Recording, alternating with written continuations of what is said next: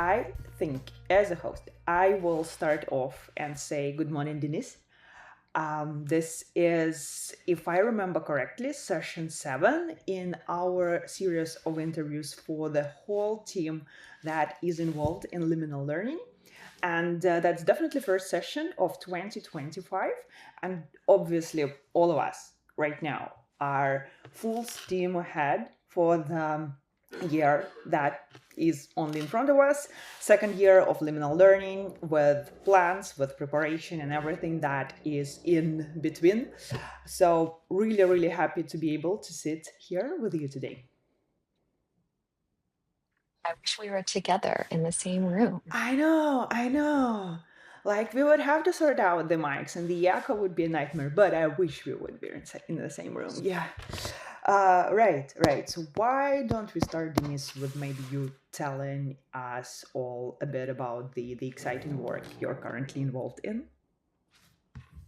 So I actually work both for the GEM Lab, which is run by Isabella Granick, who is also part of Liminal Learning. So I'm part of that as their knowledge translation officer. And it was actually that's how I started becoming part of Liminal Learning. Isabella asked me to come on the team, and here I am, working with you and everyone. And my career before that was very much focused in academia, student facing roles in different capacities. And then I went back to school to do my MS in information studies, so accessibility and user research, which is also what we're doing together in liminal learning.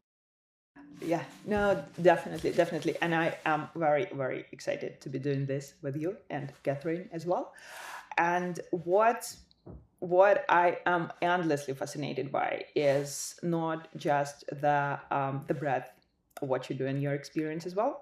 So the student roles, and then the knowledge, being the knowledge officer, and then also doing creative research tasks, right? And that, but then also accessibility, and then also again the work that you're doing with the liminal learning. So all of that, I have no idea how are you able to do that all, but yeah. But I'm also fascinated by the depth of work that I've been able to see from you. So yeah, not I don't think a lot of people are able to do that the way you do. So yeah. Anyway, so liminal learning. When it comes to liminal learning and the quest, and I know that you were instrumental in a lot of processes to make the quest week happen and to make it a success as it was.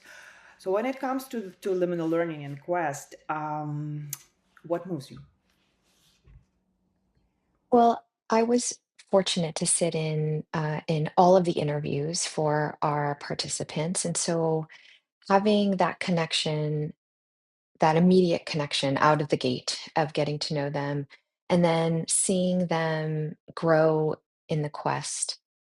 And then now that we have our online sessions that are happening weekly, and we do everything from check-ins to talking about creativity, and appreciative inquiries where they bring in a problem that they're facing that could be a creative problem or something that they're looking at personally.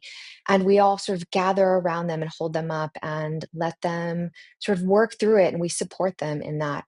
And so having this container that we've created to see these relationships grow between them, between the team members, between the team and the pioneers who they deemed themselves the pioneers as they were the first liminal learners. It's just been a real blessing to see how when you give someone the space, when you give young people the space and give older people the space to be authentic and to listen and hear what each other are saying, it can be life changing, and really put you on a path that is surprising and fulfilling and challenging. Mm, right. So surprising and fulfilling and challenging in the same time.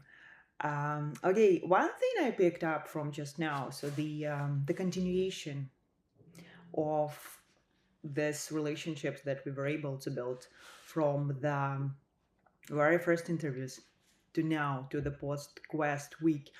Um, how? What do you think was?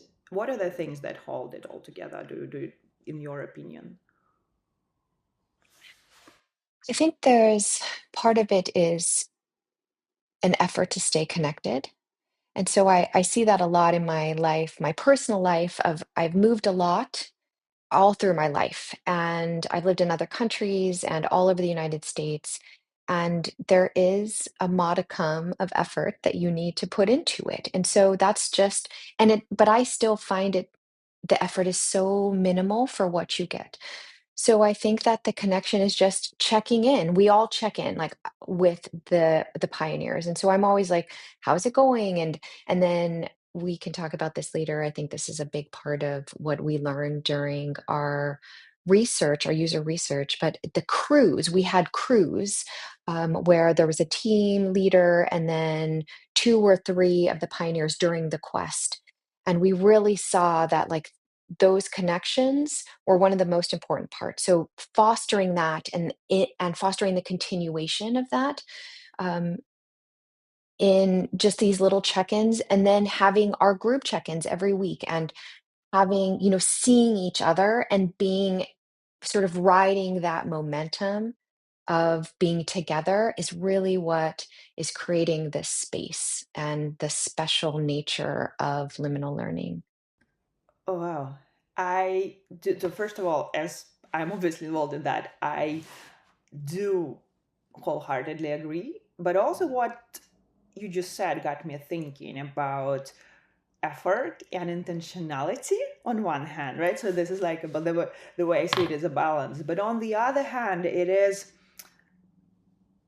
like a function of opportunities as well. Just like by Mhm. opening up those spaces, like you beautifully said, having a space for young adults to come in and be present and open up and bring whatever they bring today, right? But also for the team and for elders. How rude, right? But for elders Yeah. to be able to do the same, it does create, just like having that function creates already a lot of, I would say, successes, if I may Mhm. say so.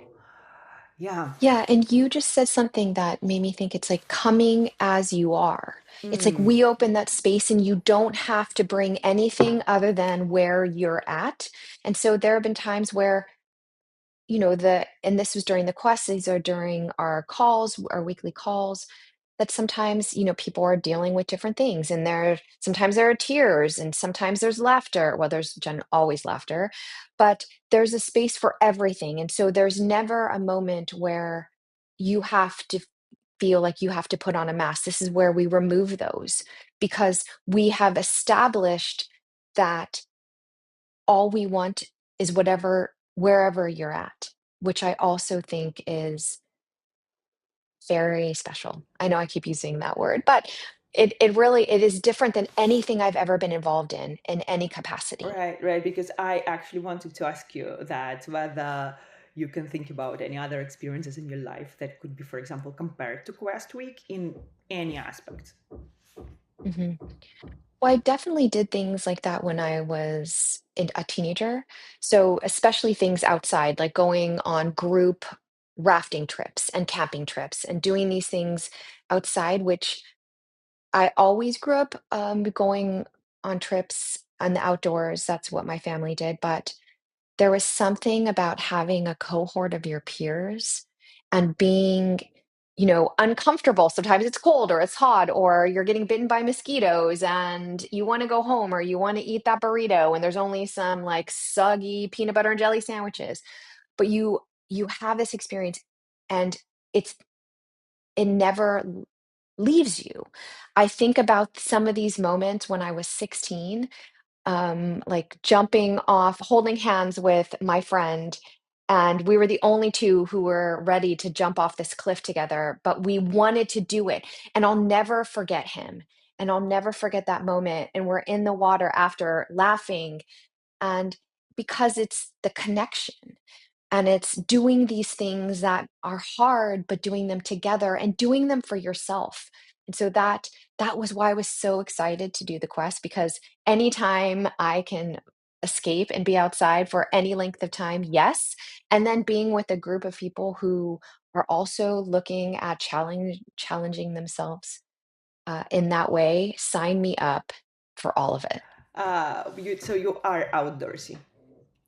Yes. I became Yes. outdoorsy recently, and you know what? Yeah, after Yellowstone, I declared that part. Like I discovered my outdoorsy identity, and yeah, that is a great feeling, isn't it? To be in nature and be Yes. surrounded, just Yes. be a bit closer to something so much bigger than you are. So like not Yes. caring whether you're here or not, it it Right. recalibrates It's you. humbling. It is so humbling. Yeah, like nothing else probably. Not a lot of other things are as humbling. And you mentioned the research, right? And again, um, I would I would be curious. So we are the part of the team. We've done the research together, but um, how would you describe, like, how would you summarize that what we've done? Could you please give, I guess, everyone an overview of what we've done and your um, most precious findings for you personally? So it started, as research does, even before the quest. We started thinking about what we wanted to look at as far as experience, and so that we could gather post quest, what was working, what wasn't working, what could we do better, what could we do as well, and what did we do well, and how can we even improve that. And so the team was you and I and Catherine Woodowis, and so we decided that we were going to do user post interviews as well, and that's where we gathered so much of the data. And so we interviewed 9 of the 11 pioneers, and then we look at this data and individually and and collectively with the 3 of us, and see the patterns that come through. And so there are all these Figma boards, and it's like, what's coming through? And this is what I love about research, is that it's like the patterns like start showing up for you in the air, and you see all of these things. They just come together for you. It's like they want to be shown. And it's like I almost see like in those sci-fi movies where the different code is like written on the wall, or the math equations. Yeah, That's how it I was seems. just about to say something like that. Yes, and this is why I love specifically Mindhunter and that Netflix TV series about the chess person Uh-huh. with the chess lady with Anya. Yes, yes, Yes, that yes. one, because that's very true depiction. The Yeah, Gambit. because Queen's like Gambit? she saw stuff on the ceiling basically talking to her, and like in Mindhunter they constantly see the patterns out of nowhere, and that Yes, yes, that's such a is, good show. yeah, and such a true, like they also do a lot of bad research, like that whole first season could be a good guidance on how not to do research. But the point is, yeah, I'm with you. I'm with you. There is this stage where research is a very anxious discipline and a very lonely one. This is why I do appreciate Mhm, having a team, because yeah, at first you don't know if you're ever going to learn anything useful, and then you don't know, like, mhm. but what if there will be no patterns? And obviously this never Right, happened in my life. right, right, right. But Yes. the feeling is always there. I also think that as a team, we are a bit too modest, because actually, what we've done, we've looked at a number of established frameworks and structures around transformative experiences, right? About Mhm, what could be the reliable proxies for behavior change in where we look for liminal learning, like the agency, like the mhm, independence, the active listening, being able to stand your ground, like all of those things. Actually, like 3 of us done. If I were to present our work, I would just show the list of references and things we looked at, and then how we turn that into our interviews protocol, right? So we, Hmm. yeah, we. Right. I think it was really neat what we've done. Sorry, I hate when people are happy about their own work, but I am actually very happy about this.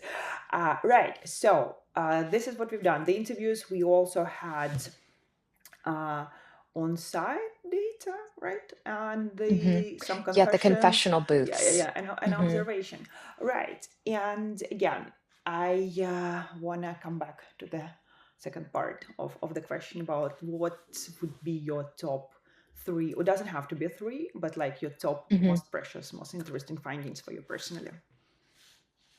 Well, and I'm just going to go back just a little bit to connect to this is that when I see the patterns, it feels like when I'm doing my creative work, like when I know a poem or something else I'm creating is going to come to fruition, there's something that I see. And so this is how I felt when I started seeing the patterns and the things that rose that it is three items. I wrote them down that um, resonated most closely with my heart that I saw with the pioneers.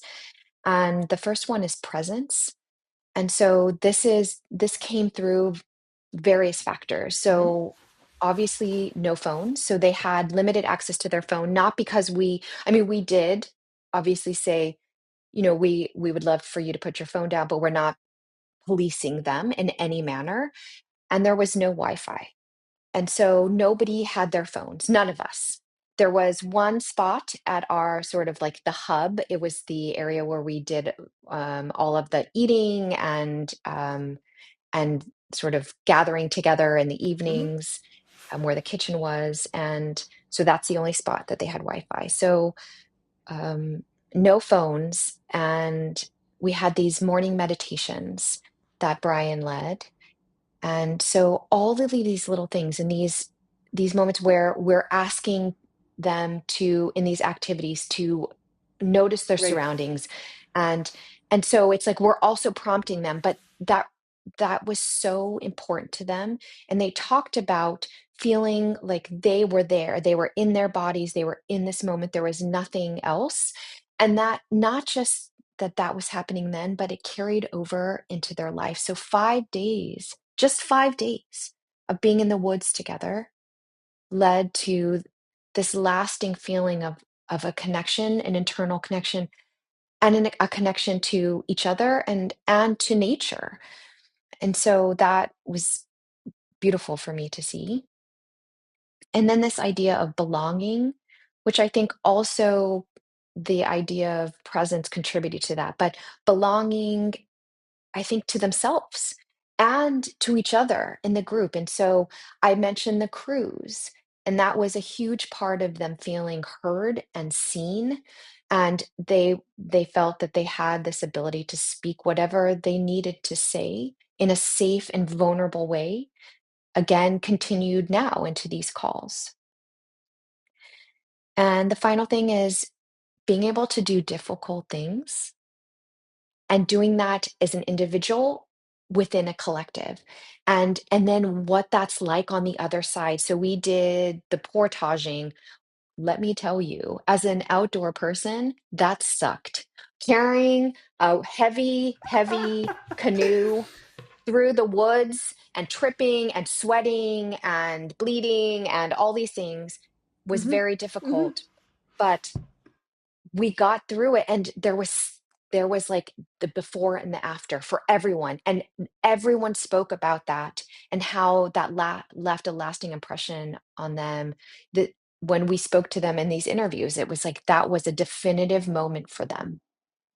No, that is a beautiful summary. And number three is my favorite as well. The fact that everyone was felt like they were constantly pushed out of their comfort zone, individually, as a team, in a lot of aspects as well. And in the physical aspects, then just like connecting to strangers is another aspect. Then doing exercises that not exercises, practices that are that require a very different level vulnerability and just acceptance Mhm. and like going in. It's like ice plunge basically, but like the whatever mental equivalent of the ice plunge is was it was that, right? Mhm. And then also there was physical comfort and the woods and so on and so forth, and yet they all appreciated that, right? Mhm. And to me this is such a powerful and potent finding, because no one, it's like everyone wants to feel genuinely like connected and belong, and but also like empowered.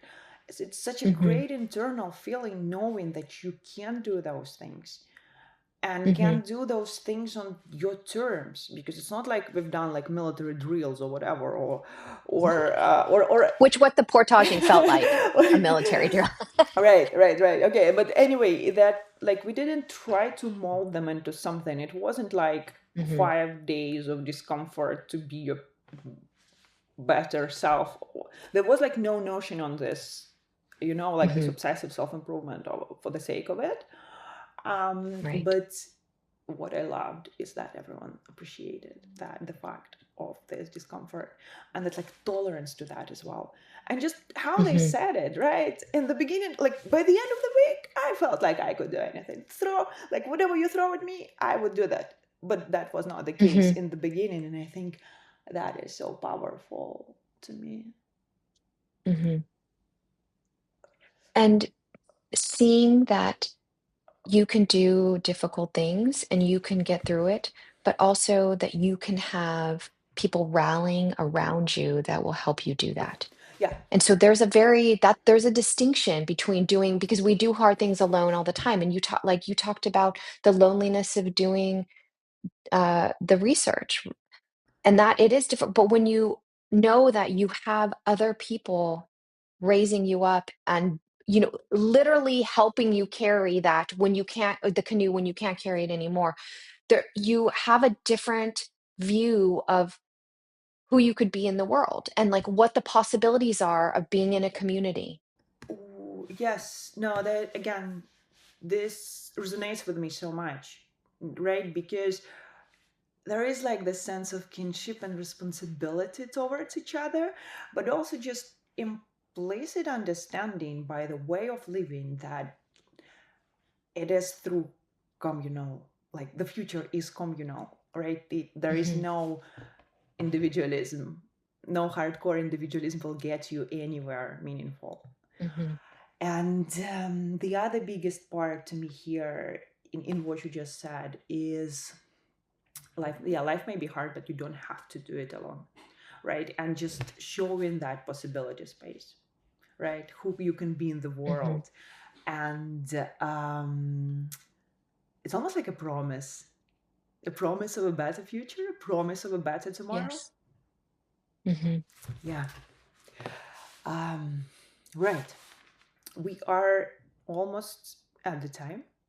Almost at the time. I have only one last question to you, because I also know that on top of everything that you do, you also have a deep passion and a practice of photography, right? But also, I'm thinking about, for example, digital accessibility, right?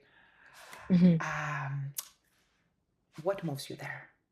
Like, do you have, like, is there a conversation happening between your passions? Like, are they in dialogue? Like, what is basically, yeah, what are you moved by as well? There is definitely a dialogue. And I did my master's report on art, accessibility in art museums. So I'm always thinking about how how is art accessible to everyone, but and not just in like spaces, but this idea of, so I have this grand idea of creating a multisensorial installation, art installation. Go on. And so a big part of that is, can you feel safe? Can you feel like you can engage in the art in, like, I have this vision of creating a camera Hmm. obscura where you are inside of like a structure and you can just settle into yourself. And because I've had, this is a conversation we're having with the pioneers. This is the conversation I'm having in my personal life about fear and anxiety and depression and all of these things. And so accessibility encompasses so many things.